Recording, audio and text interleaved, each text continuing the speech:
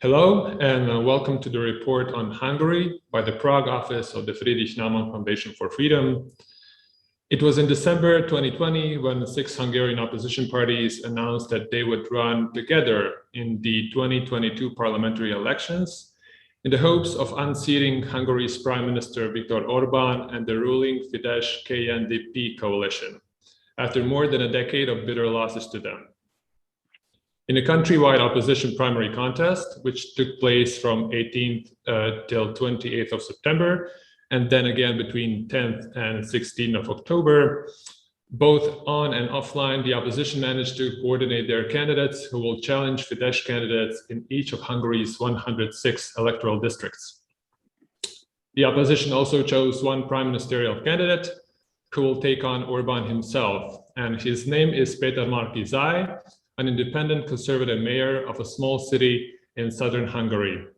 He vowed to unite left-wing and right-wing Hungarians in the hopes of ousting Orbán, whose government has been criticized for the weakening of democratic checks and balances and political favoritism in the Hungarian public procurement.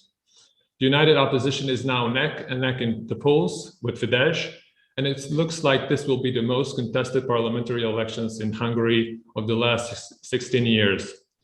Here to discuss the results of the Hungary's opposition primaries and its significance for the parliamentary election in 2022 is Andrea Virág, Director of Strategy at Republikon Institute, who is joining me today from Budapest. Welcome, Andrea. Thank you for having me. Could you please explain the importance of the primaries to us and what is at stake here for the Hungarian opposition? Sure. As you know, Republican has been promoting the idea of primaries for several years now, also, of course, with the support of Friedrich Naumann Foundation for Freedom, because we think this is an invaluable political innovation which can help the opposition in overcoming its two major problems. One of these problems is technical. Due to the electoral system, the opposition needed to find a way to support only one joint candidate in all single mandate districts, and also to support only one candidate for prime minister, as you said. The most democratic way to achieve this, in our opinion, is to let the voters decide. The other main advantage of the primary is that it helps the opposition in reaching and mobilizing its potential voters by the huge media attention that they would not receive otherwise, and also by the personal campaign throughout the whole country. I think the primaries were a huge success, and of course it helps the opposition in defeating Viktor Orbán's regime. And can you tell me more about who is Péter Marquardt, and also where does he stand on economic issues and where on socio-political issues? And also, how should he approach the period up to the election in order to represent the entire opposition? Well, what you have to know about him is that he is very different than the other leading opposition politicians in Hungary, because he has a very pro-market, liberal economic approach, while socially he is more conservative than the other candidates were. In the campaign, I think he must find a way to get the support of the very diverse electorate, which includes the socially more conservative, partly undecided voters, but also not alienating the socially more liberal or economically more leftist voters. I think the good thing is that he won't have to do it all by himself. He will have and he will need the support of other leading opposition politicians who can all reach different parts of the electorate. And both candidates competing in the second round of the primaries, we had a member of the European Parliament, Klára Dobrev, from the Left Liberal Democratic Coalition, and Péter Marquardt said they want to investigate current government corruption. And also they promised to suspend controversial provisions of the constitution introduced by the two-thirds Fidesz majority in the Hungarian parliament. What are the most controversial provisions that the opposition would like to see suspended? The most controversial and most crucial parts of the constitution are the parts concerning the institutions which should serve the rule of law and provide checks and balances, but now they don't. They include the Constitutional Court, the Public Prosecutor's Office, State Audit Office, Media Authority, and so on. Now they are all led by leaders appointed by Fidesz, and the main reason of the appointment was that they are loyal to Fidesz. Besides the constitution, of course, they are also focusing on laws requiring two-thirds majority, like the law that regulates the electoral system, but also the law or laws concerning privatization of state universities, for instance.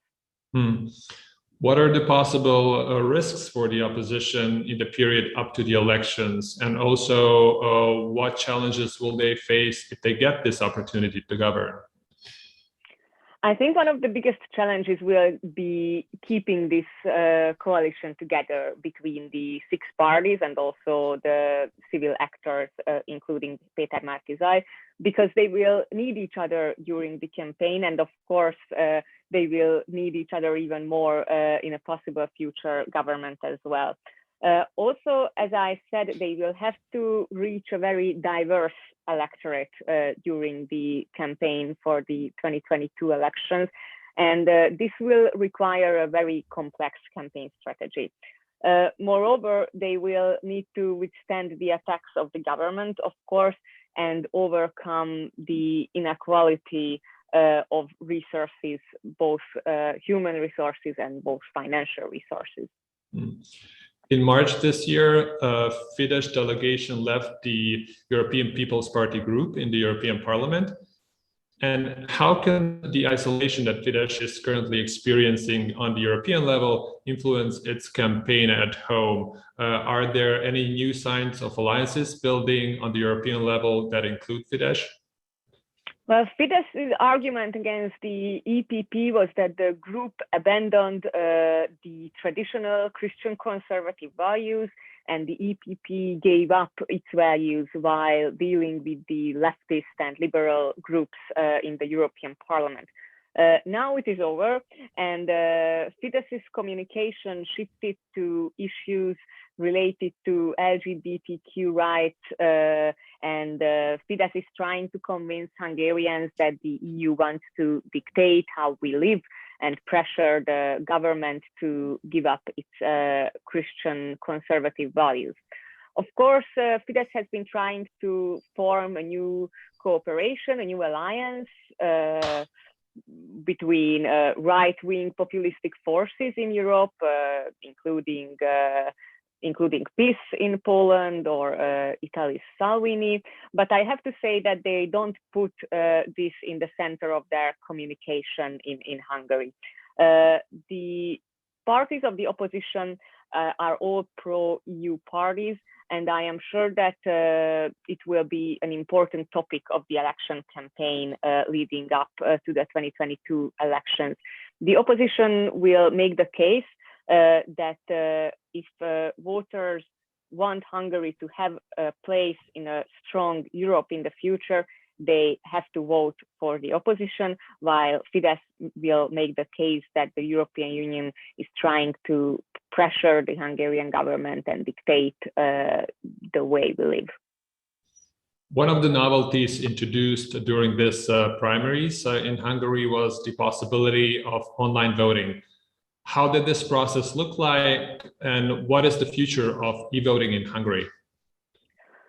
Apart from some major problems in the first few days, when actually they had to shut down not only the online voting, but also the offline voting, and the waiting time was way too long, it was a big success. Eventually, around 20% of all voters voted online, which I think it's great. Voters either had to register in advance for a specific time, or just sign in at any time and wait for the first free time slot, the first free operator. The way it worked, that voters had to identify themselves through video by presenting their IDs and then proceed to voting. I think it was a big success. However, to be honest, I do not think that we will have online voting at official elections in Hungary anytime soon. In order to do so, they should create a more smoother process, which would require more resources. Of course, it's hard to do it from opposition. The government, of course, has more resources to work out a better system. To sum it up, what would you say are the three main takeaways from the primaries? Well, first of all, I think that the primaries showed that the opposition could be successful if they were willing to work hard and meet voters in every part of the country. They have to understand that they cannot win the elections by only campaigning in big cities and on the social media. Personal presence is the most important part of the campaign. Secondly, the primaries in the single mandate districts showed that voters are not voting only based on party preference. They also reflect on the personal backgrounds and achievements of the candidates, which I think it's a good news. Some very hardworking newcomers could win against better local politicians, while all those candidates who had some kind of scandal like corruption or anti-Semitism and so on, they lost. Finally, the opposition should understand that a large part of their electorate is critical not only with Fidesz, but also with the opposition establishment and also with the pre-2020 government. So they need to come up with a campaign strategy to reach every potential voter, from right to left, from conservative to liberal, from core opposition voters to the undecided, to those who are in favor of the pre-2010 world and those who are against it. In order to achieve this, the most important thing is that they will have to work together. But we will discuss all the main takeovers at our upcoming event, which is supported by FNF, where we invite politicians and campaign experts. Sure. Well, Andrea, thank you very much for the talk. We will make sure to post a link to the event in the description of the video below. And for more comments, analysis, and also reports, not just on Hungary, but on Central Europe, please make sure to visit our webpage, freiheit.org, and also the forliberty.eu portal. Thank you very much for watching.